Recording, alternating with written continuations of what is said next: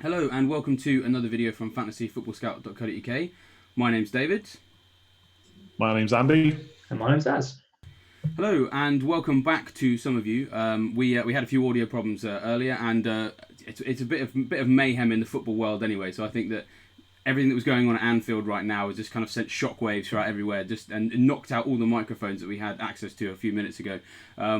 Yeah, I've got to be honest. I'll be hugely shocked if anyone is tuning into us right now because, as I said, Liverpool right now 4-0 up on Barcelona in the Champions League. It's been an incredible match, taking its toll from a fantasy perspective. Robertson and Origi have gone off injured, so we're going to talk about that a little bit later. But firstly, let's run through what we're going to talk about. What we had planned to talk about before tonight's game in this particular episode. So this is the last Scoutcast of the season where we're going to be able to preview a game week, because obviously game week 38, that's the last one of the season. We've got 10 months of hard work, tough decisions, pain, anguish. It's some delight at its sparing moments. It all comes down to this. So, it's a crucial weekend for people as we close out the season. We're firstly going to start off by looking at Game Week 37, which was a bit disappointing for most people. And to be honest, it's probably put a lot of you into a mood where you're not really that bothered about Game Week 38.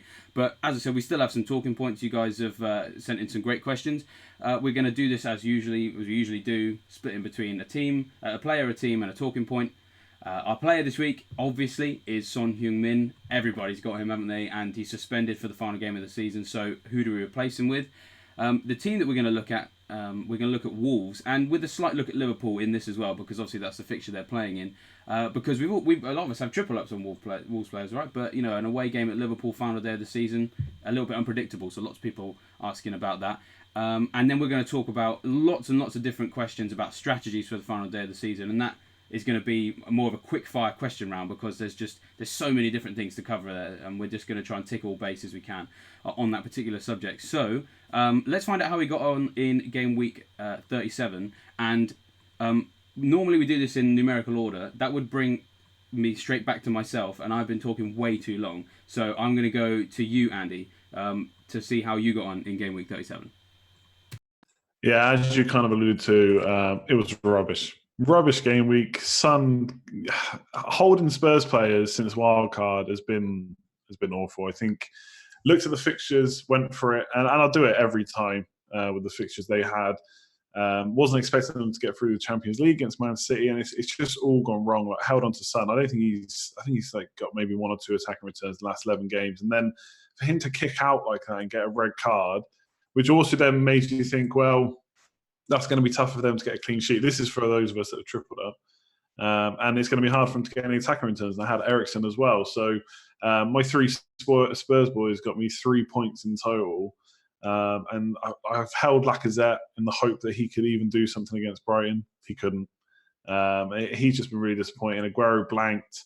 None of my attackers did anything, basically. I didn't get a goal or assist from anyone in attack. It was really just Trent Alexander-Arnold with 10 points. He absolutely smashed it again, and then Doherty getting a 12-point to kind of end his reign in my squad. It's been pretty good since I've owned him. Had him since game week 5, so it was nice for him to go out on a high, kind of how he entered in game week 5 as well. But yeah, 38 points down to 15,259. So top 10k looks pretty difficult now. So yeah, dismal week. I think it was the same for you, Az, right? Yeah, and I thought I had a pretty strong team this week. I had 2 City attackers, 2 Wolves attackers. I had Son, Vardy, Mane, Shaw. I bought in, against Huddersfield. The only player who did anything for me was Alexander-Arnold, who got me 10, and Matt Ryan got me 4 off the bench, which he was my second highest scorer. So it was a rubbish week, and then I looked around and I thought, well, at least no one else could have done well. Like no one scored or did anything really. Went down from 68k to 90k, and it's like really, it's felt a bit harsh. So this season is just Who finding did new you have in ways. goal if Matt Ryan subbed A in? gun. Okay, yeah. Angus Gunn. Yeah, hopefully he's back for Huddersfield at home. Yeah, I'll be glad to see the back of the season. To be honest, it's been a real slog. Yeah, it's been a tough one.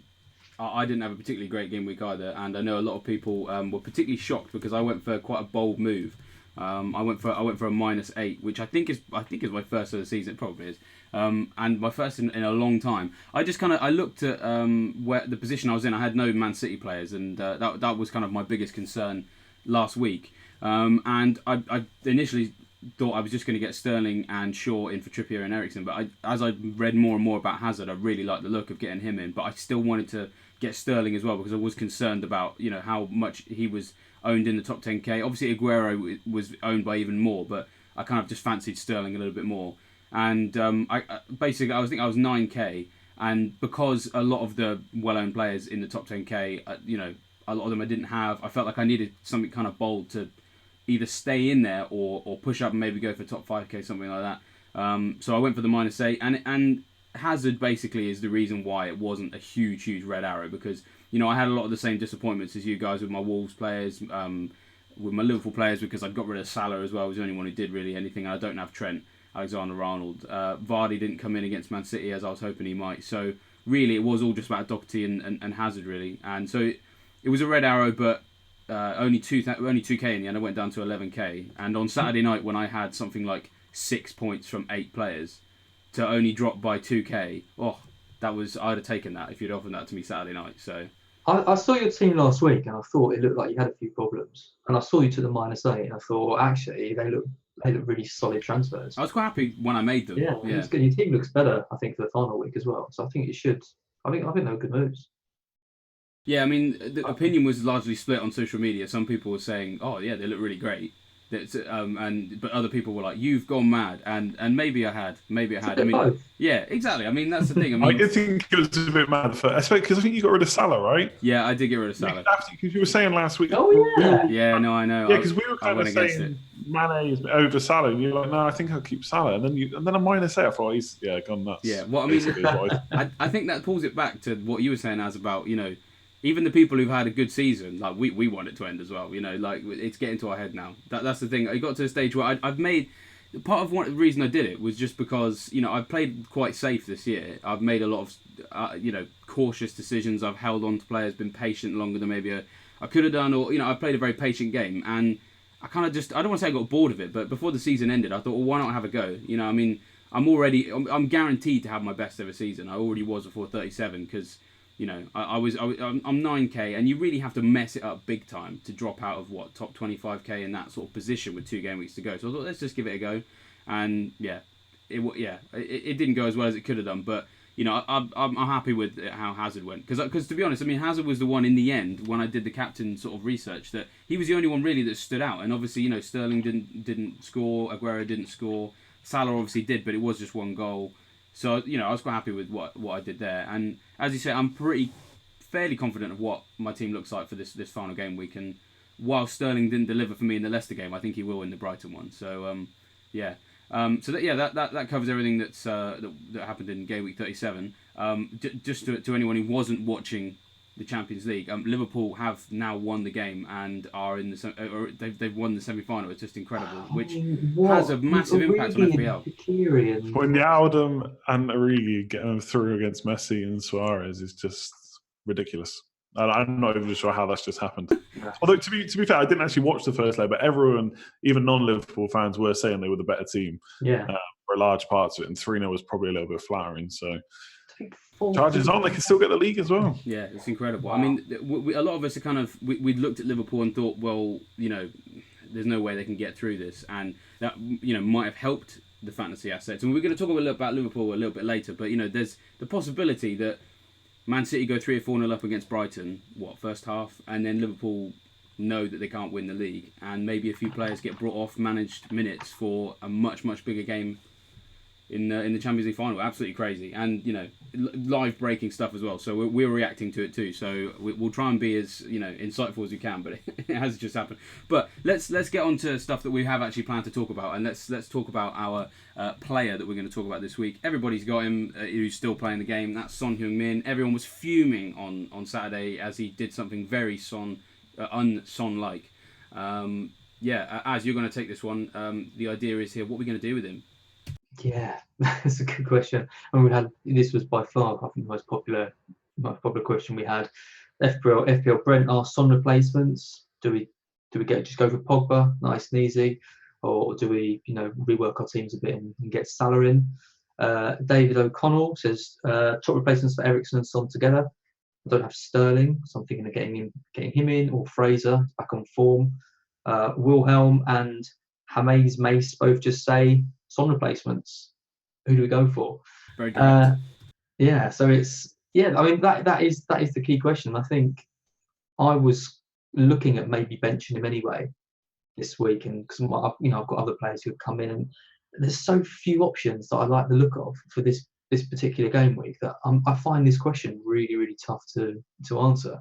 I could bench him and play one of my Wolves players, Jota or Jimenez, and be relatively happy with that. Pogba to me kind of seems the easy option. He's still quite highly owned. He's got Cardiff at home. I think he hit the bar against Huddersfield without twice. Hit the bar twice without really. I don't think he played too well from what I've heard. But quite unlucky not to get some points there. So I think where I am at 90k, Son to Pogba probably is quite a sensible thing to do, but I don't really like sensible. So I'm thinking of maybe going for someone like Redmond.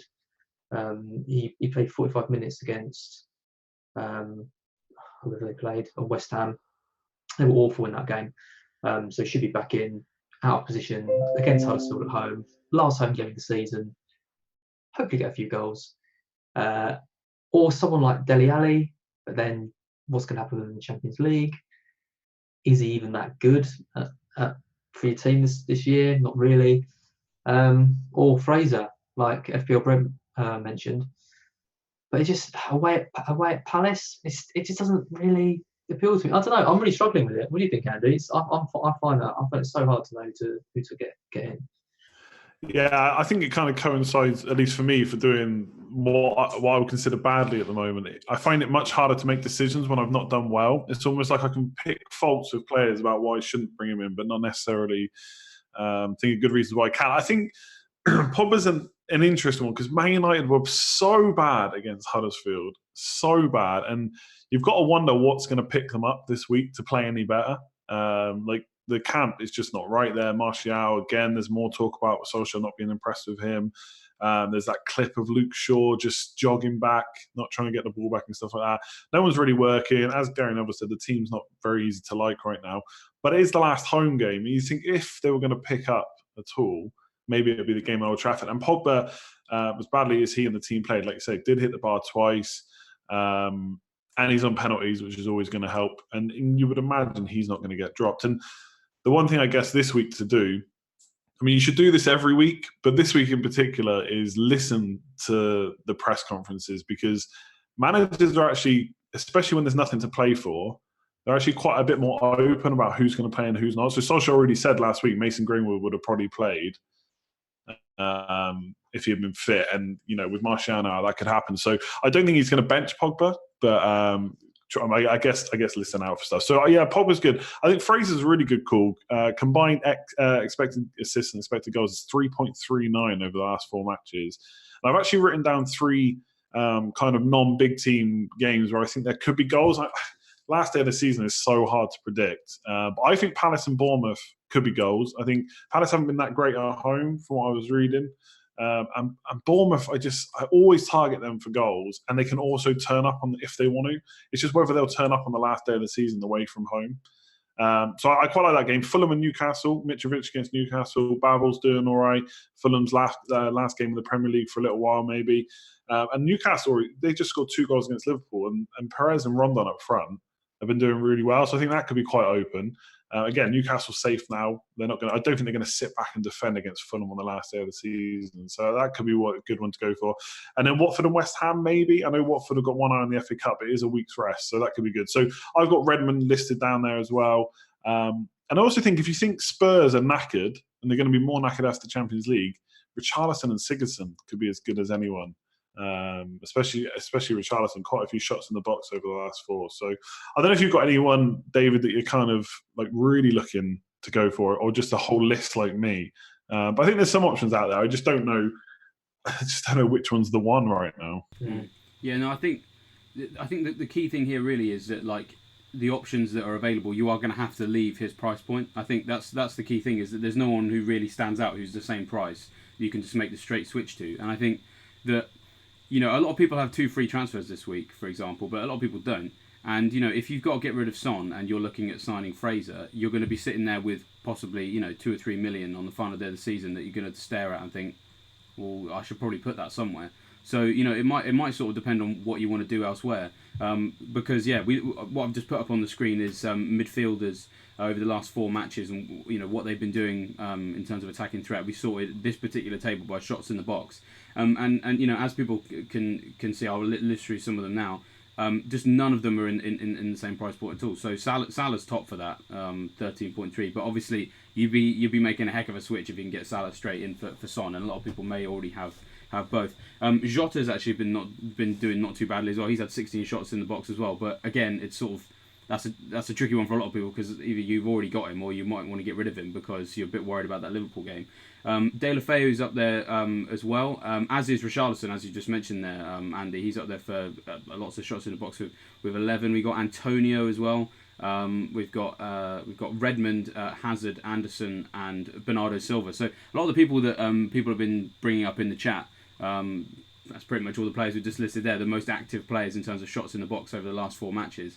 But as you say, there's just so many of them, and the last day of the season is such a lottery that it kind of it's really hard to just pin one down. There's several that you could get, and anything could happen. For me, I'm thinking that I'm probably going to go for Redmond. I think because Southampton were really poor in that away game, but it's their last home game in the last game week of the season. They're at home against Huddersfield, who have even less to play for. And Redmond generally has been a lot more reliable at home than he has away. But again, this kind of brings me back to how everyone's going to approach this subject. I'm looking at getting Redmond because I might want to upgrade in other areas of the team, which we'll talk about a little bit later. So Redmond obviously offers a heck of a lot of money. So it might sort of depend on what people are looking to do with that spare money, I think, in terms of who you actually end up going for. Well, with that money then, sorry, Alex, I'm taking over this question because I'm in the same situation. Do we all have Eriksen and Son? I know I do. I don't know. I just have Son. I got rid of Eriksen. Okay. So I think a lot of people, maybe not you two, but me, have Eriksen and Son. So I think that question kind of, obviously, if you go for one of these cheaper ones, like Fraser said, you are going to have money in the bank. So do you still think Sterling's a must-have? So Man City, over the last 4 games, have scored 5 goals. 1, 2, 1, 1. Liverpool scored 12 in the same. Now, I've not fully looked at the fixtures to see who they're playing. Maybe Man City had tougher fixtures. In fact, I think they probably have done. But they've not been free scoring. Last game of the season, they only have to win. Doesn't matter how many they win by. So do you still think Sterling is like must have? Would you maybe go for Hazard instead at this point against Leicester? You're asking? Both of you. You can go. Yeah, you go first, Daz. Well, Brighton are going to be an interesting team at the weekend because they played well against Arsenal. It was the best I've seen them play for a long time, and it felt like because the pressure was off because Cardiff lost that game, it kind of relaxed them a bit. It also made them quite a bit more adventurous as well. Like I haven't seen them actually, getting into the box that much, and they looked like they were actually looking to attack rather than just defending. So I wonder if that's going to play into City's hands a bit. But at the same time, City would take a 1 or 2-0, so they're not. I can't see them pushing in an away game to win that game 5 or 6-0, and Brighton would probably be relatively happy with 1 or 2-0 loss. So I don't know. I can't see us getting absolutely hammered by City. And you think about you look at Bernardo Silva. I mean, he's been arguably City's best player this season, along with probably Sterling and Aguero, but in terms of consistency, I think he's been right up there. But he just never looks like the greatest FPL prospects. He looks like always assisting the assister, or always looking like magic, but never really getting in the points. So other than Sterling and Aguero up front, there isn't really anyone else that I'd be looking at. I think a City defender is more important than Sterling this week. I mean, you saw Laporte getting another double-digit return at wasn't exactly. Well, when you're creating chances like that, well, it wasn't exactly the most amazing assist I've ever seen, but he's hoovers up the bonus. He's I can't see Brighton scoring in that game, even if they are playing a bit more interesting. So, with this Robertson news as well, lots of people have got Robertson and be sort of anxiously waiting on that. And I think, as a Robertson and Son owner, my priority would be doing Robertson to Laporte, I think. Sterling just hasn't really been delivering the points, and I think if you've got Aguero and a City defender this week, I'd say it's probably enough. But could be wrong. They could maul Brighton 6-0. You don't really know, but I think it's fair. For me, I don't have Sterling, and I feared him the last 2 game weeks. And sometimes you fear a player so much, you do anything to bring him in, and they just don't do anything. I've ended up not going for him. Yeah, exactly. I wish I'd had him last week and the week before, and he's done nothing. And I still wish I had him now. And I think the money, even though it shouldn't, the money, like you said, David, will play on my mind. If I bring Fraser in for Son, I'm going to have that money, so I probably will go to Sterling. But it's just a lack of. I don't know who else to get. I just don't know who.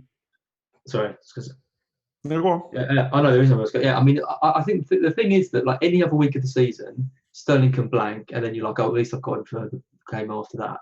Like, I've in all my years of this game, taking a hit just never works for me on the last day of the season, because you're taking a hit to get Sterling in. You need him to get 4 points just to break even. And like it's tough. I do think a lot of people probably like I've got 2 free transfers. I think a lot of people did save last week. So if you got 2 frees, then I think you're fine. But people taking hits to upgrade Son to a Sallow or a Sterling, I think you're relying on getting 2 goals to get any value out of that hit. And I think if you can not take a hit on the final day, then I think you have got a bit of an edge if you can get a decent team out. I think. They could go mad, but the chances are you're going to be. Getting 2 goals from a player in any week is. But so if it was Sterling or Hazard, then you still go. If it was Sterling or Hazard this week, I'd go Sterling. Okay, yeah, I'd go Sterling as well. I have Hazard, and I'm already. You can say I've lost my head, but I was thinking about him being one of the ones I move on, even though he has just got me 11 points, because he generally has just in the last couple of months been so much more reliable at home than he has been away. He hasn't scored an away goal, I think, since game week 19. It's been a long time. And obviously he's picked up assists along the way, and he didn't even score, against Watford, and he still last match for Chelsea though. Well, unless they get to the Europa League final, which is entirely probable. So. Might not necessarily be. So, and it's a way at Leicester as well. And as we saw on Monday night, Leicester are no pushovers. So, with Hazard's away form and Leicester's sort of newfound, defensive ability, and also Rodgers' newfound defensive ability, because he never had that when he was at Liverpool before. Yeah. I look at Hazard this particular game week and go, I'm not completely sure. So yeah, I would, if I had to pick between 2, definitely Raheem Sterling. So, yeah, but I think we've kind of summed up everybody's problems with this particular issue for so many different reasons. There's the money plays a part. The also the fact that going up a price point doesn't really seem to help you. So you are probably going to have to go down, and then maybe you end up getting sucked into hits you never thought you were going to take, like you were saying there, Andy. If you've got that money, it stares at you, doesn't it? And then you think, well, go on then, I'll just get Sterling, and then I guess it depends. A lot of it depends on your rank too. Like if you're well in the top 10k and you're happy with that. Or even whatever rank you're in, if you're happy with it, then maybe you consolidate. And if you're not, maybe that's where you take the hit. Because at the end of the day, once this week's over, there's no way to claw back those points at that point. That's it. That's the end. Yeah. Well, as we seem to have, concluded that there is no definitive answer on that particular subject, let's see if we can find ourselves one on our second subject, which is going to bring us onto that game at Anfield. We largely had questions in on Wolves, but as the day kind of built along, we had some more questions in on Liverpool, and now, of course, that game that we've just witnessed tonight and the implications from there, we can talk about that here as well. So let's talk about Wolves, and I'll hand over to you, Andy. Yeah, so loads of questions about, well, I guess, like you said earlier, mostly because a lot of us have at least doubled, if not tripled, and then the same for Liverpool. And obviously they're all playing each other. So FPL Brent says, Wolves, who do we play or bench? Lots of us have tripled up on Doherty, Jota and Jimenez in particular. FPL Foxy, Wolves, do we play their assets against Liverpool? Obviously same players mentioned, and Bolly thrown into the mix. And then slightly different, is anyone even worth captaining other than Salah? Liverpool are the only ones going for it and will need goals, obviously, to beat Wolves. And then AJK says, will Sallow be fit to start? And I actually had a look at this. So I thought captaincy would be interesting this week. And I looked at the poll on the site. And I'd say probably ownership comes into this because as the season's gone on, people have kind of got off the Sallow train. But at the time I looked at it, was about an hour or so ago. Aguero was on 23.76%, was number one. Was 2, 18.65%. And then it was Mane, 13.68, and then Salah, 11.78. So I just get your opinion in the set. But I actually, if you're chased now, that really makes me want to go for a Liverpool player instead of Man City, because Man City just have to win. The goal difference only comes into it, I think. I've looked at every scenario. I think goal difference only comes into it if... in fact, no, I don't think goal difference can come into it at this point. Yeah, because of the points difference between the two teams. Yeah, because even if City lose and Liverpool draw, obviously with a draw you can't increase your goal difference. So yeah, I don't think goal difference even comes into it. So both teams actually just need to win. So I don't know what you're thinking of captaincy early on. So let's start with that. If you've got Salah, is he the one you have to captain, or are you going with the Man City player? I know we're coming on to captaincy a bit early, but I think it's an interesting one. David. Yeah, no, it is a tricky one because, I mean, the reason that people are going to be reticent to start off with is because it's Wolves, and Wolves have been so good against these big teams this year. And it hasn't really been necessarily whether or not they're home or away, because they've been able to secure decent results wherever they're playing. They drew with Man United at Old Trafford, they beat Spurs at Wembley, they drew with Chelsea at Stamford Bridge, they drew with Arsenal at the Emirates Stadium. So, the fact that they're away from home doesn't make me think that they won't be able to do anything. But on the flip side, they don't really have a great deal to play for anymore. I mean, I think they're a team that can get up for the big occasion, because clearly they've shown that they have done in the past. But they've secured 7th place, and this game still, no matter how much Wolves go for this game still means so much more to Liverpool than it does to Wolves. And it's been quite a while since I've looked at Wolves' defence and thought that they were capable of keeping clean sheets. Because, we all kind of, when we got Doherty when he was first starting to do well, a lot of us got Patricio at the same time because they kept a few clean sheets. And then defensively, they kind of slipped up, but offensively, they were scoring more goals. So for Wolves as a team, it didn't really matter. But at no stage of the season have they ever really been walloped. And I think that's the thing that would put me off a Liverpool, attacker in this game, is because I just can't see Wolves being turned over really easy. I mean, if you're looking for a differential captain on the last day, you I feel like you want to be going for someone who you believe can just completely go through that team, get a double-figure score like really easily. Kind of how a lot of us felt about Hazard last week. You look at the player, he's in incredible form. You look at in terms of underlying statistics and what he's been doing at home, and then you look at the defence they're going to face, and it's in shocking form, and that's what it was with Watford. But you don't really see that with Wolves, even if Salah and Mane are in such good form at home. I don't see that being the type of game. I see it being a 2-1, maybe a 3-1, but not an absolute mauling. And to be honest, I actually think Man City are more capable of mauling Brighton because of what I know. Brighton have kind of picked up a bit in the last couple of weeks, but I see more of a brittle nature about Brighton than I do the Wolves team. So on the captaincy thing, I don't think I'd captain a Liverpool player. But as you say, it might just come down to who you are. I'm perfectly happy where I am in pretty much every situation, mini leagues, overall rank, whereas not everyone else is. So maybe that is the thing that would push someone over the edge to then captain one of those players, because they could do well. I don't think it's likely. That's all. I looked at Wolves clean sheets. So since game week 24, they've kept 3, which was Cardiff, Brighton, and Fulham at home. Oh yeah, they don't keep many. They don't keep many, but they don't get thrashed. I didn't check how many they've conceded. Maybe it's not a lot. I think it's really hard to determine how both these teams will approach it. Like I said, because goal difference isn't going to come into it at this point. They just need to win. So do they both start cagey? I think Man City. I don't know. I know they've got the easier team, but it is away, and I just think they've been so not cautious. I mean, they still obviously attacked against Leicester over and over again, but they just get these 1-0 wins, and Brighton are just not going to score against them, I don't think. So I just feel like maybe Liverpool at home at Anfield. And we should remember this is a team that's just beat Barcelona 4-0, albeit without their best knockout. players. Yeah, albeit in a knockout competition. So I don't know. What do you think, Az, quickly on that before we move on to I Wolves have players? a very different view to David because I think Ooh, hello. everything's now aligned for this Liverpool game to be a bit of a row. I think you've got Nuno has already said he's going to give some of his players a run out. Some of the fringe players who haven't played much. It could be some absolute randomers playing all over the pitch for Wolves. You've got Sallow going for the Golden Boot. He's had a rest now because he got the concussion and he hasn't played. They've got the euphoria now of the Champions League, and I don't think they know how to be cagey. They're just gung ho all the time. They've now mixed that in with being able to control the back, but it's gonna be wave after wave of attack against Wolves. And like you said, Andy, they can't keep clean sheets. And I think Liverpool are going to. I think if I look at those two games, I think City are going to win against Brighton 1 or 2-0, and I think Liverpool are going to win that game 4-0. I think a lot of it will depend.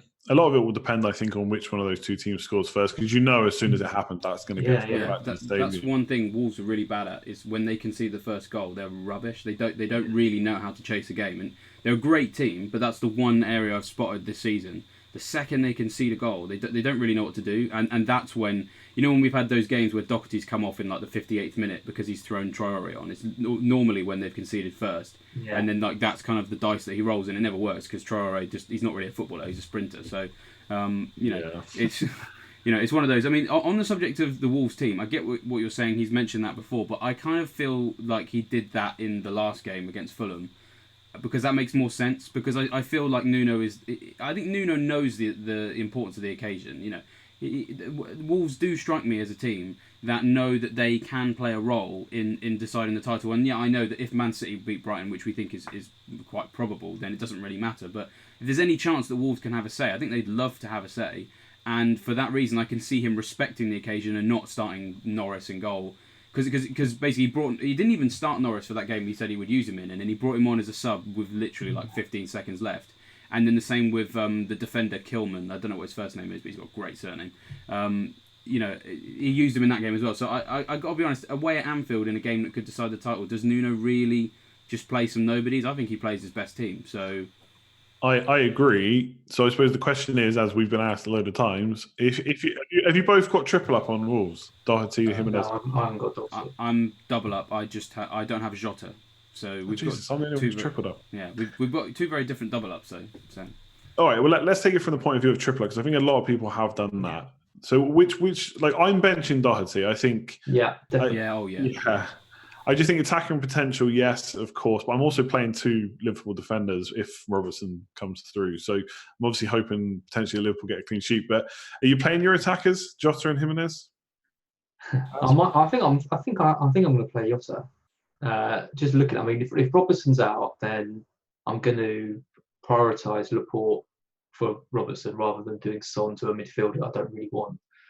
And that means I've got to play Jimenez or Jota. Jota's in better form. Jimenez looks a bit out of it lately. Hasn't scored any points in ages.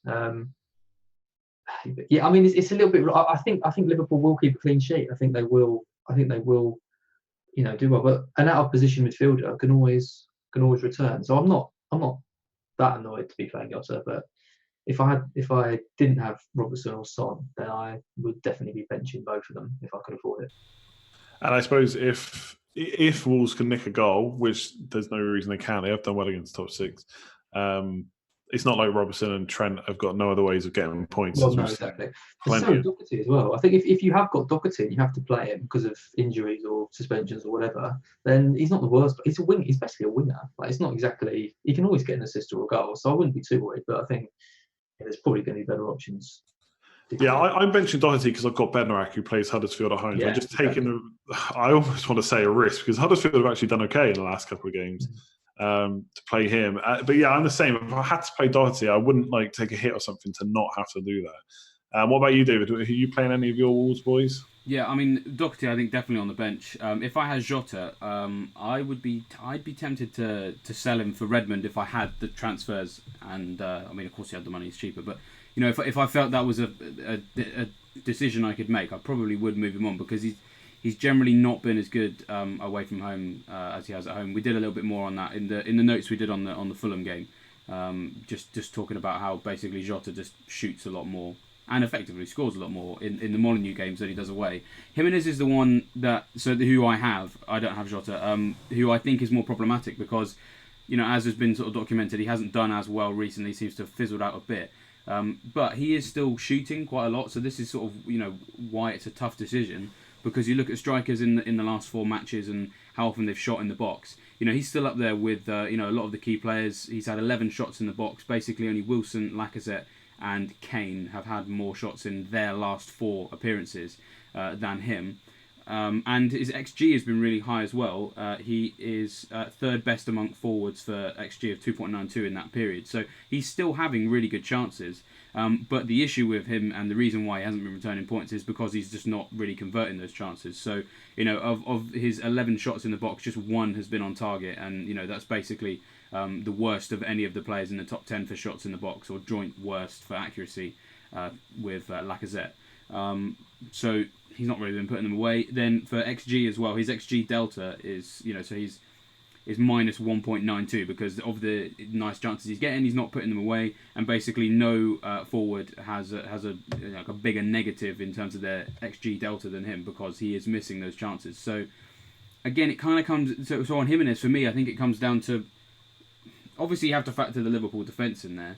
But, it might just come down to what type of player you're after. I mean, do you take value in someone who has lots of shots but doesn't put many of them on target, a bit like Richarlison was earlier in the season? The quality of the chances are very good. Or do you look at the fact that he's been missing them and think, well, if he's missing them, then I don't want him? I think with him, he's had good underlying stats for most of the season. And I think in the end, he usually does convert. Obviously, when you come to a 1-game shootout, then it's obviously harder to say with the stats. Over the course of the next 4 or 5 weeks, you'd expect him to get points. But I've got him and Jota. I'm currently benching Jota and playing DFA. I suppose I could play 3-5-2. I just can't bench him as he's been so good all season. It would just feel bad. I think I'd rather sell him than bench him. That's the situation I'm in, because as you say, benching someone like that, it could come back to haunt you. And I'll just bring us back to what Wolves has been like. They love crashing a party against these big teams, and Jimenez especially. So, yeah, it's a really tough one for me. I mean, in the end, I probably will have to keep him and just start him because I said I don't want to bench him, just because of other things I want to do. We've all got to do Son, haven't we? So, that already takes away... if you don't want to take a hit and you have to get rid of Son, that's it. You're just going to have to start Jimenez. So... for some people, you might just be sort of forced to just chuck in what you've got. And there are worse players, let's be honest, than chucking in your Wolves players, aren't there? So, I think it's the safer. I mean, 37% ownership overall. Was Jota about 6 or 9? Okay, it's gone up a bit. Although Jota is really well owned in the top 10k, so if you're in and around that area, I mean, I've said before, he's really hurt me when he scored more than I was expecting. When I look at my live rank on some of the live rank sites. Whenever he scores, if you hadn't had Jota, because he was on something like 40 or 50% ownership in the top 10k, it was really hurting you. So that's probably something else to consider as well. I mean, I'm sure that's going to go. I think that will go down. Some people will move him on, but moving on a midfielder of that sort of price when you've definitely got to deal with Son as well. I think he probably will stay in people's teams. So, that's another thing to think about. If you think about benching Jota, then do think about some people might be starting him, and same with Jimenez, could crash the party. Yeah, I think that's it with Wolves. If you've got them, no harm in playing them. I think is basically to sum it up. No reason to actively look to not play them, in my opinion. There's not enough other good games to take them out. That's the problem. It's a luxury, I think. It's a luxury if you've got a transfer to deal with a Wolves player at this point. Yeah. If you have, go for it. If not, stick. The only other thing just to talk about in this particular subject, we've kind of touched on it already. I think it's quite a simple one, really. Robertson looking like he might be out. We haven't really got too much update on him right now, so apologies if you're listening to this a few days later. It's just happened, so we haven't got any live information. Something may break in the week that's more helpful. But if Robertson's out, Laporte probably the best one to go for. Or any other possible differentials that we could put in for Robertson? Let's go with you first, Az. Any differentials for Robertson? Yeah. I mean, or you can talk up Laporte and say he's the only one. I mean, that's just, Yeah, I mean, to me, Laporte is just, I mean, you've got Alexander-Arnold if you haven't got him. I mean, if you've been going with one Liverpool defender all this time, I think Robertson to Alexander-Arnold is the easiest transfer because just how good Alexander-Arnold is. I mean, Laporte is great for the clean sheets and the bonus, but Alexander-Arnold, I mean, another 2 assists tonight, 2 assists this week, 2 assists the week before, I mean, 6 assists in 3 games for a defender. That is outrageous. And all the set pieces and things. So I think, you're looking at Alexander-Arnold or Laporte for kind of the best option. I made some defensive moves last week and brought in Shaw, which was just, I don't know why I did that. I should have known that United weren't gonna keep a clean sheet against Huddersfield. He has got Cardiff at home this week, and clean sheet the last day of the season. Cardiff are going to be so deflated now that they're actually confirmed relegated. So Shaw could end up still being a fairly decent pick there. I mean, Luca Dean as well. I was a bit short of being able to afford him, and I know he's away at Spurs, but kind of think Spurs are on a pretty awful run at the moment. They've got loads of injuries. They've got the Champions League to worry about. They've got they're pretty much guaranteed 4th now, aren't they? Or they've got it confirmed, not through one of. They got top 4. Top 4's done. Yeah, pretty much. Exactly. So, there needs to be a huge swing. Like Spurs have to lose like 8-0 or something stupid for it to not happen. Yeah, exactly. I mean, even when the pressure was on, they seemed to be bottling it. So you got to think, well, what kind of frame of mind are they really in? Everton, on the other hand, I mean, the resurgence of Everton over the last 6 or 7 game weeks is crazy. They seem to have options emerging all over the place with Charleston, Sigurdsson, Calvert-Lewin. Okay, he hasn't been doing much, but he's quite cheap and looking good when he plays, just not really returning the points. But Dean, I mean, I don't know what price he's going to come into next season, but if he's around the 6 million mark, he's going to be one of the first names on my team sheet, I think, if Everton's fixtures are half decent. Because I mean, attacking threat wise, he's just great, and bossing all the set pieces as well, corners and free kicks and everything. He's so vital to how Everton play. So I think final game week of the season, I wouldn't be surprised to see Everton turn Spurs over. So they're the ones I like. They'd be the 3 that I'd really be looking at: Laporte, Alexander-Arnold, and Dean. Robertson. Yeah, definitely someone to think about. I mean, one thing we should say is that Robertson could be fine. So certainly don't knee jerk this. Wait to see what people say. I mean, Andy, your take on this particular one. Yeah, I mean, I said on Twitter earlier, if you're ever going to wait to make your transfers, make it this week, because I remember in previous seasons we've had team news, like every team is going to have to put their lineups in at 2:00. And we've had plenty of news in past seasons, so wait. I quite like the Lucas Dickens shout, but the only thing that I know I'm not going to make that move, because I will just do the age-old cliche fantasy manager that I've missed his points at this point. And bringing him in away to Spurs just doesn't feel right, even though he'll probably smash it. The one that I would have liked, he's been benched twice out of the last 3 games, is Van Arnold. A load of Palace fans saying he's just not been playing well, which is why he's been taken out. So that's a bit of a frustrating one. So it is hard to look past Laporte, to be honest. I've already got Trent Alexander-Arnold. I would have probably looked at Shaw as well, but I just don't really want my United players in my team at the moment. Otherwise, you could have one last hurrah with Marcus Alonso, maybe. He's been playing in the last couple of games.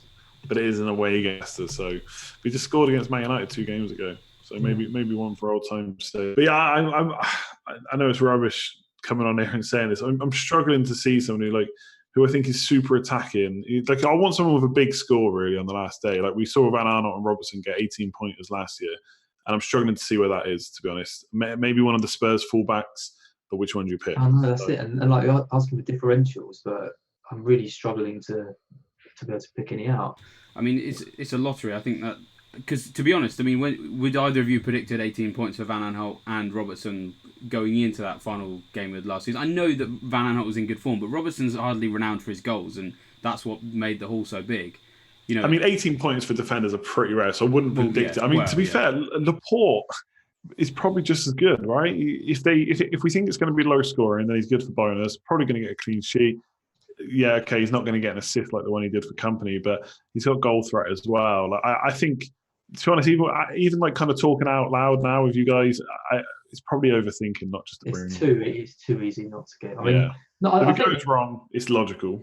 Yeah, I think there's going to be a lot of people without one of Alexander-Arnold and Laporte And to me, I think that move, if Robertson out, is just so easy for one of those two. Laporte, the priority, I think. Well, as you guys have been talking about, what it's like going into that final day of the season and looking for, specific things. Let's move on to our talking point then, which does just revolve around the last day of the season and how we approach it, because it changes so many things. You've already alluded to it there, Andy, in terms of the team news. Is you're going to be more informed probably for this game week than ever before. You look back to last season and we knew, for example, that De Gea wasn't going to play for Man United because Mourinho just said, well, I'm not going to play him this game week. All sorts of things like that can come into the way that we approach it. But at the same time, as we've been saying over the last few weeks, ownership comes into things, where you are in your mini leagues come into things, where you are in overall rank comes into things. So there's so many different approaches to this game. We've had basically just loads of questions asking about different things that we can do in this particular game, how we approach it. So I'm just going to kind of go through these one at a time and try and get a few short answers from how you guys would approach it if you were in this situation effectively. Because I'm sure you guys have been in some of these situations before. Maybe you're in these positions now. So let's start off with the thing that people usually talk about with this particular game week is that it's all about goals.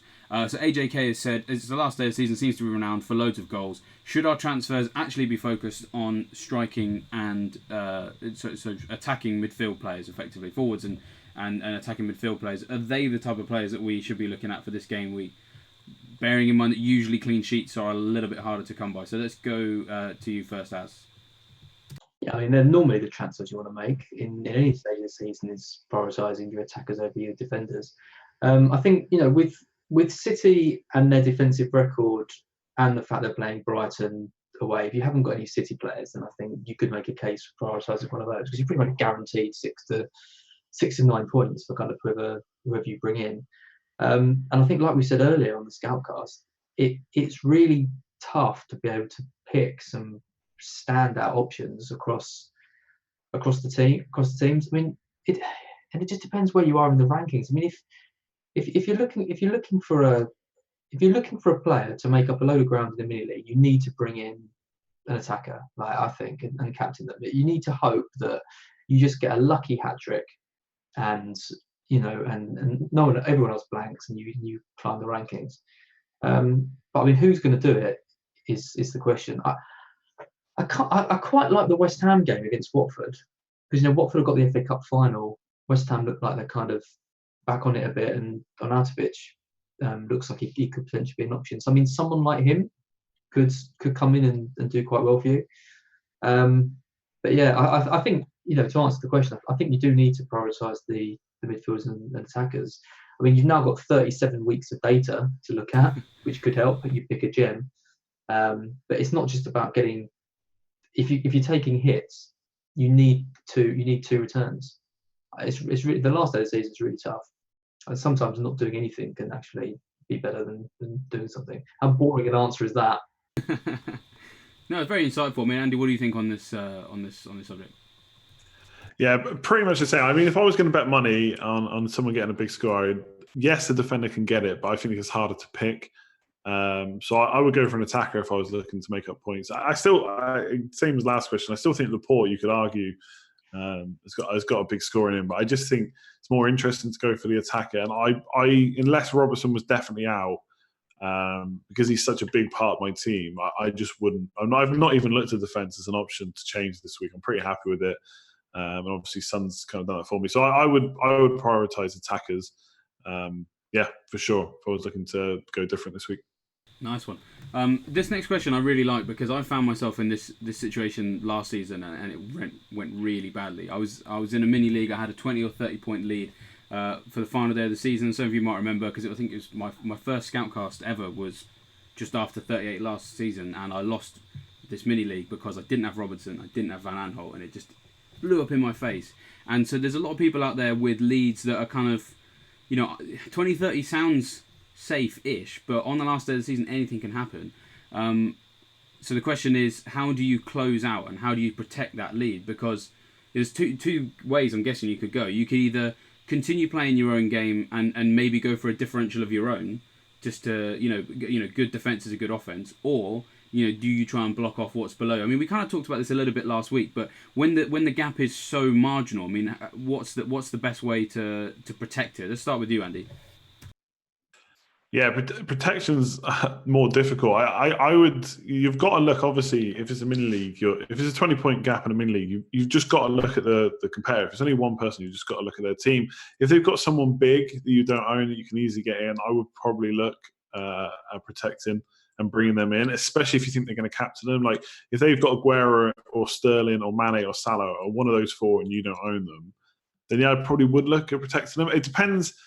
It's such a hard question to answer without seeing the teams, because if they've got a completely different team to you, then just getting that one player might not make the difference. I'd probably just play my own game. If the teams are very similar, apart from a couple of fringe players, and there's that one big hitter that you don't have, they do, then I probably would look at blocking. I think 20 points, yes, it can be overturned in 1 week. It's difficult, though, I think, especially if both players are active. The teams are solid, so yeah, I would look. If you're looking to close it again, you've got to look at the big hitters your rivals don't have and go from there. Really, I think it's as simple as that. And obviously, a lot of us will be talking about ranks and how we don't want maybe Sterling or Greg if their ownership's too high and they're not going to get us up the ranks. But if it's a mini league, it's completely different. You can get that big hitter in if they don't own them. So yeah, I think you've just got to fully analyse their team. If there's loads of different players.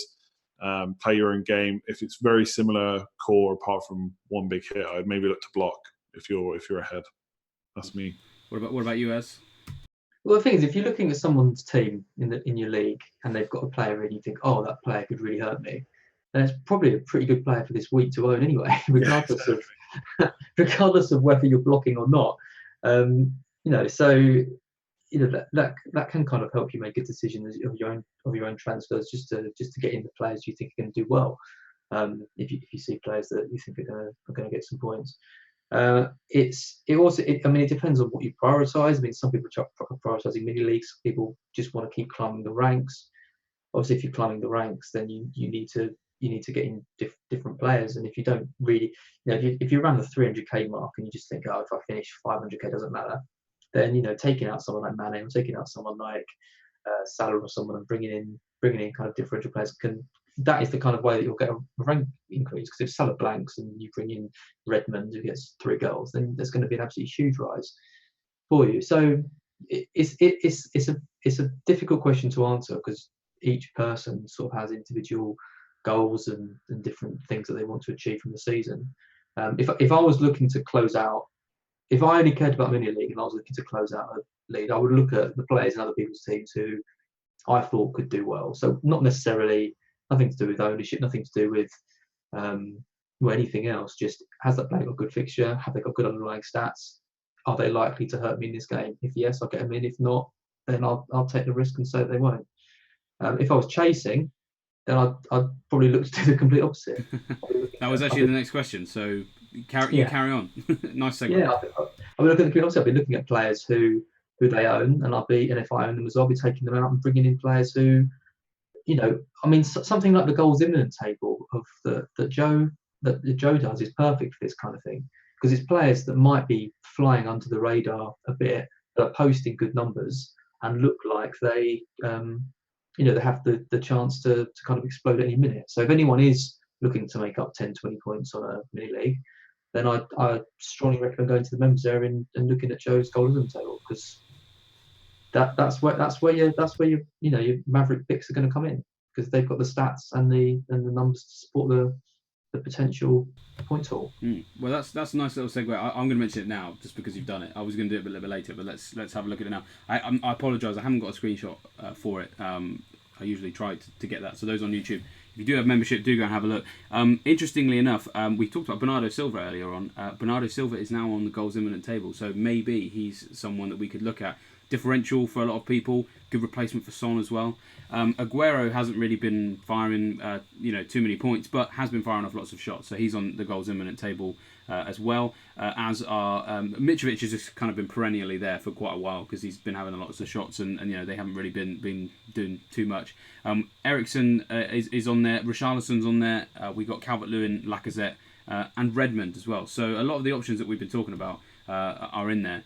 But yeah, I think we said that last week, didn't we? It's a really good place to go, because the way that the the factors are built into that table. It's going to be people who haven't been getting points, but have been getting lots of shots, and without shooting you can't score. So yeah, very good thing to look at. What about you, Andy, on chasing? Anything different to add to what has already said? Yeah, not really. I suppose like a lot of people don't like talking about ownership and stuff, and I don't tend to look at ownership too much apart from right in the season. But now it's super important. Like if you need to make those ranks, you need someone who's completely different. So I've looked at the top 10K for my own team. If I want to get back into that top 10K, I've got to get the players that they don't own. So it's tricky for me because I already own Lacazette. But if there was something that happened which made you think Aubameyang was going to start the last day of the season, for example, he's only owned by 2.2%. In the top 10K. Lucas Moura, 5.5%. Babel, who we mentioned last week, 2.4%.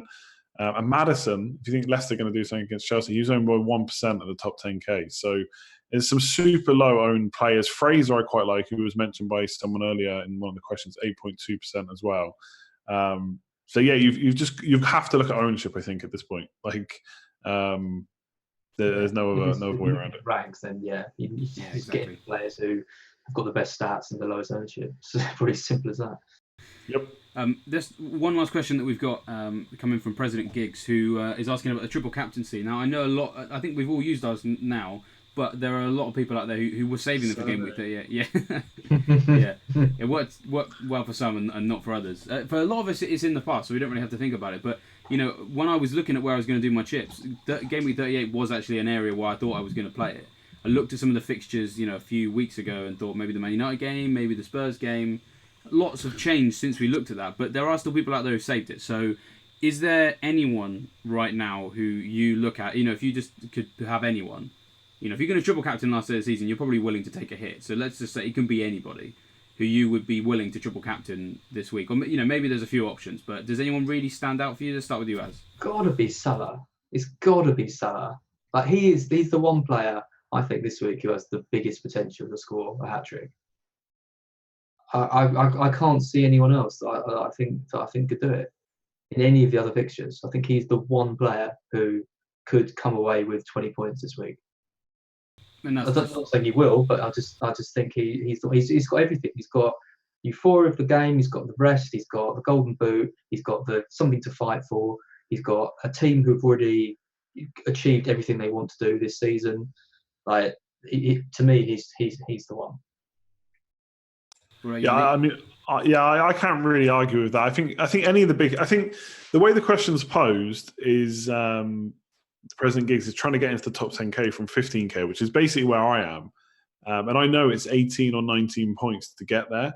So I would say if you're in that kind of position where you've got to make up that kind of score, I would not overthink this at all. I wouldn't be looking for someone completely different with that triple captain. I would be looking at Aguero, Sterling, Mane, or Salah, and sticking it on one of those who everything's going to score the most. And bear in mind that your triple captainship is their whole score again. So you don't need a massive differential. You could bet against all those big hitters and go different and try and get a big triple captain score. But if you're trying to make up 15 to 20 points, I would just put it on a big hitter. If you're miles away from anything and you need something ridiculous, then yeah, you could go completely different, like a Zaha or someone like that. Triple captain. Pogba, someone like that. But for me, don't overthink it. I said the same when Liverpool played Huddersfield. People were trying to think, I need to go different because everyone's going to captain them, but not everyone has a triple captain. So if they're going to score massive, you're going to get an extra score that everyone else doesn't have. So yeah, one of the big boys for me: Aguero, Sterling, Mane, Salah. Nice one. Well, that brings us to the end of our talking points. So now let's move and look ahead to what we normally do at this point: clean sheets and differentials. And as do we want to know how we did in Gameweek 37? I mean we do really, but what I mean is we did poorly again, right? Oh yeah, we would. kind of a bit of a funny thing. I mean, this is the final one of the season, so it's we've done these every week. That's hearing you. It is, yeah. I feel a bit emotional. It's quite nice. I mean, less emotional looking at the scores because I've done awful on both of these. I did the rundown last week, so I won't go into it. We might have a little summary where we can go through them again. But essentially, with clean sheets, Andy, you were for City last week, nailed it. I went for United, no. David, you went for Arsenal, no. I mean, both of those were pretty pretty sensible, and neither of them came in. Yep. So it means that we're all, Andy and I are both on 37%, and David, you're well in the lead now, 48%, 50%. Oh wow! Right, for the clean sheets this season. I'll take that. I'll definitely take that. It is a strong effort. So Andy, you're first this week. Who are you going for? Man City. Although I will say, call. I got Man City as third pick last week. So, yeah, I mean, 2 goals in 12 games. They're playing Brighton. They're going to keep a clean sheet. Yeah, I didn't think they'd keep a clean sheet in Leicester. Yeah, I didn't either. I thought, and Leicester played so well as well. I mean, Iheanacho, had a good chance right at the end. I mean, they control. They control. Yeah, I mean, I originally said Everton, who also kept a clean sheet. So I would have been right either way. But yeah, I just think Vardy. I don't know. I just the 2 goals in 11 games at that point. Obviously, it's 2 goals in 12 now. They're just insane at the moment. Yeah. Even Vardy can't penetrate that defense. It's just stupid. Yeah, so I'm going to go for a less good record. They seem to concede pretty much every match at the moment. But last home game, Southampton at home to Huddersfield. Huddersfield have been pretty good lately. Southampton have been pretty poor. But I just think it's the last game at St Mary's. Huddersfield haven't been scoring up until now. It's a strange kind of resurgence. It's similar to Fulham. They seem to be playing better now that they've already been confirmed relegated. But I'm gonna back. Well, I'm looking at there's going to be double Southampton defence with Gunn and Valerie. So I'm hoping they Ugly. I don't know. So it might be more hope than any actual insight there. And David, you're third. Yeah, I mean, I likewise am going for a team that is playing a team that's already relegated. I'm going for Man United. And again, it's the same type of pick. Southampton haven't looked great defensively. Neither have Man United. That goal they conceded against Huddersfield was just awful. And if they can concede against Huddersfield, then maybe they can concede against Huddersfield. But again, same logic. Last home game of the season. A little bit of a point to prove after they've missed out on, on the Champions League places, drawn with Huddersfield in a game that really should have just walked comfortably. You'd like to think that Solskjaer is going to get them up for, restoring a little bit of dignity, and that will obviously involve trying to keep a clean sheet against an attack that hasn't really been that good away from home. So, yeah, that's why I've gone for them. Yeah, very nice. So differentials, we all failed last week. We had Alexis Sanchez from Andy.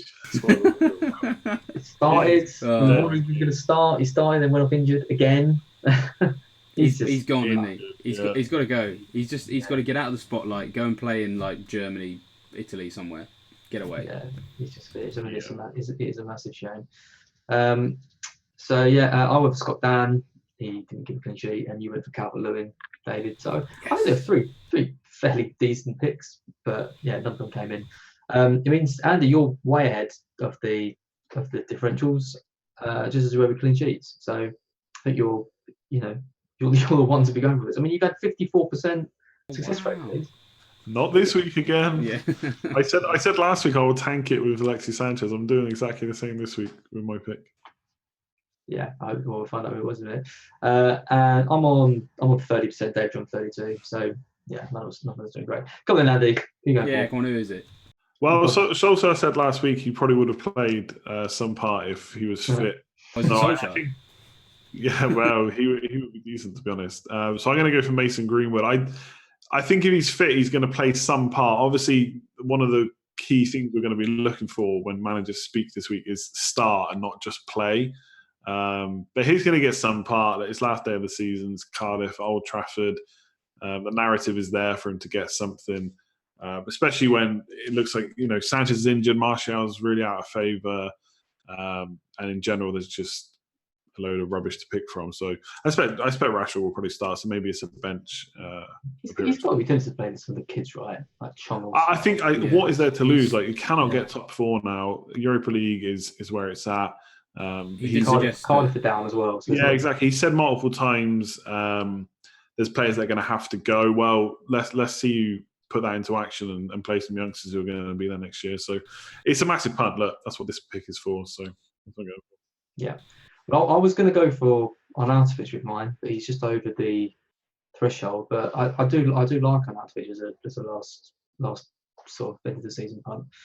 He's at 6% ownership. I mean, it must be a fraction of that in the top 10k. But I'm going to go for Ward-Prowse. I think I've gone for him before, and he let me down. But he's against Huddersfield, so I'm going all in on Southampton for my clean sheets differential. It's always a risky tactic.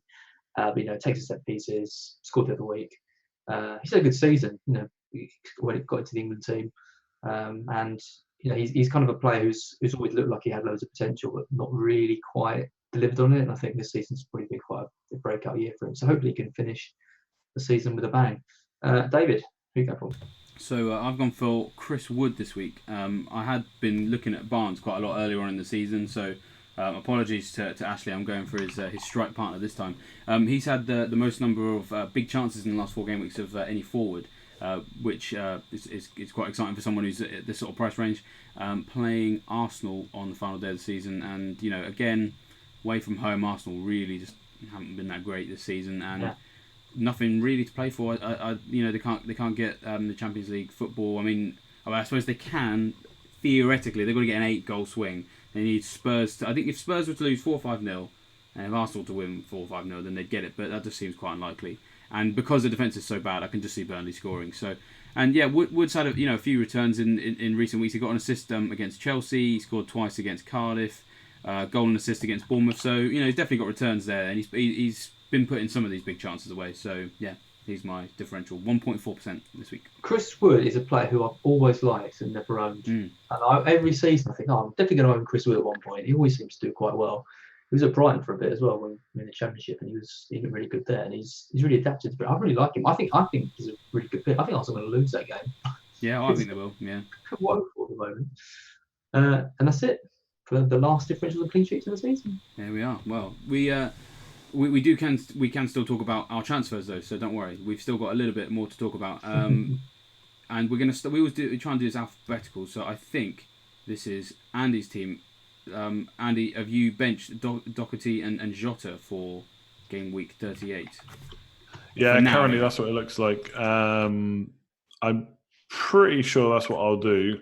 I think I'm going to be stuck with Lacazette for the final game week, which really annoys me because it's just rubbish. If there's any kind of inclination from the Europa, like if they get to the final and he plays 90 and Aubameyang only plays 60 or something like that, then I might just take a hit and get rid of him because I feel like I've not got much to lose at this point. I really have to have a really bad week to fall outside the top 25, 30k. And if I'm not going to finish top 10k, then what's the difference really? So I'm thinking of betting against Man City, captaining Mane, because it looks from the polls that Man City are going to be ahead, and doing Eriksen and Son out for, I don't really know, maybe even Pogba because he's quite low owned in the top 10k, and someone like Fraser, someone like that, or Maddison at 1%, just something different, just to try and get into the top 10k. I think the captaincy polls are making me quite excited about captaining a Liverpool player.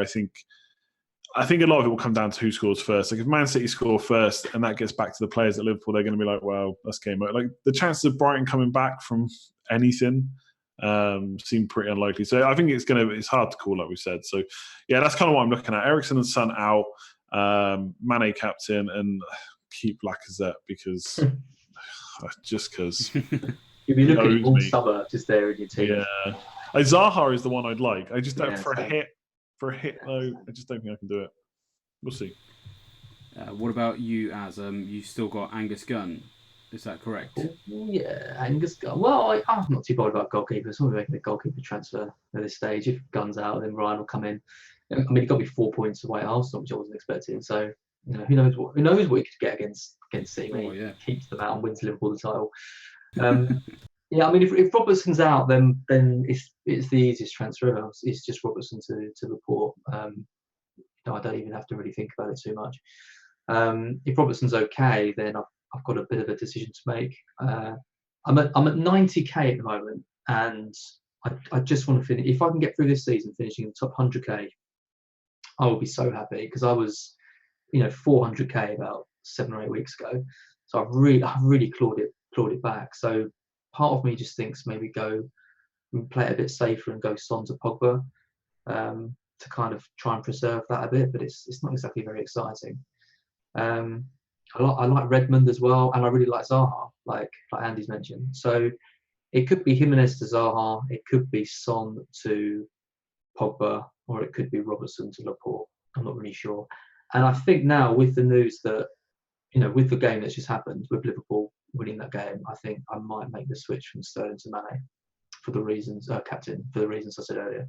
I just think they're going to be riding a wave now, and I think they're probably not even they're not even expecting to win the league now. Like, the pressure's kind of off a bit, because that Leicester game I feel was what a lot of Liverpool fans were hoping would be the last chance. No one's expecting Brighton to upset City, so Liverpool can kind of go into that Wolves game.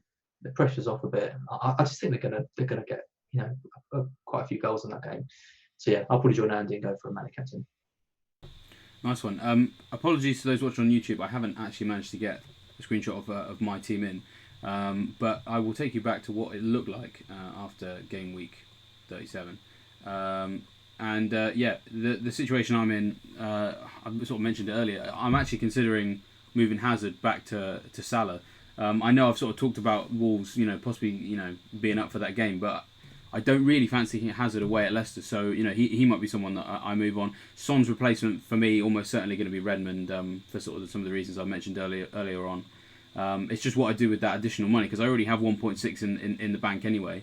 I'm in terms of the changes that I'm going to be going on double Watford defence at home against West Ham, which a couple of weeks ago looked better than it does now, because I think West Ham have sort of all of a sudden decided that they did their beach work in sort of March, and they've decided to kind of up their game in the last couple of games. So that might come back to bite me. But the alternative to starting Cathcart is either starting Doherty or Duffy. So you just kind of you just go with what you've got at this point. You do. I'll keep an eye on the Robertson thing. That might change. That might change what I do. Because if Robertson's going to be out, then Laporte feels like a really easy thing to do.